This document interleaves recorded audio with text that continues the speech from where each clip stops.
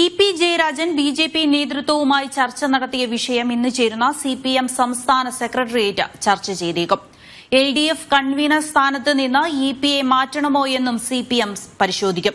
മുഖ്യമന്ത്രിയുടെ നിലപാട് യോഗത്തിൽ നിർണായകമാണ്. എൽ.ഡി.എഫ്. Convener E P. ജയരാജന്റെ ബി.ജെ.പി. പ്രവേശന ചർച്ചകൾ സജീവമായിരിക്കുന്നതിനിടെയാണ് സി.പി.എം. സംസ്ഥാന സെക്രട്ടേറിയറ്റ് ഇന്ന് ചേരുന്നത്. ബി.ജെ.പി. സംസ്ഥാന പ്രഭാരി പ്രകാശ് ജാവദേക്കറുമായി ചർച്ച നടത്തിയെന്ന് ഇ.പി. പരസ്യമായി സമ്മതിച്ച സാഹചര്യത്തിൽ വിഷയം സെക്രട്ടേറിയറ്റ് ചർച്ച ചെയ്യാൻ സാധ്യതയുണ്ട്. ഇ.പി. ജാഗ്രത കാണിക്കാറില്ല എന്ന മുഖ്യമന്ത്രിയുടെ വാക്കുകൾ പരസ്യശാസനയായി മാറിയിരുന്നു.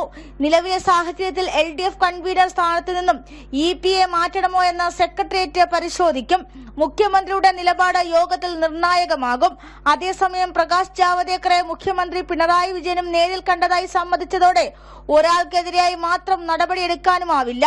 ബി.ജെ.പി. നേതാവുമായി ഇ.പി. നടത്തിയ കൂടിക്കാഴ്ച പാർട്ടിയിൽ നിന്നും മറച്ചുവെച്ചത് ഗൌരവതരമാണെന്നാണ് മറ്റൊരു വിലയിരുത്തൽ. അതേസമയം ഇ.പി. ജയരാജന്റെ ജാവദേക്കറുമായുള്ള കൂടിക്കാഴ്ച മുഖ്യമന്ത്രി നേരത്തെ അറിഞ്ഞിരുന്നു എന്നതും മറ്റൊരു വിഷയമാണ്. ജനം, തിരുവനന്തപുരം.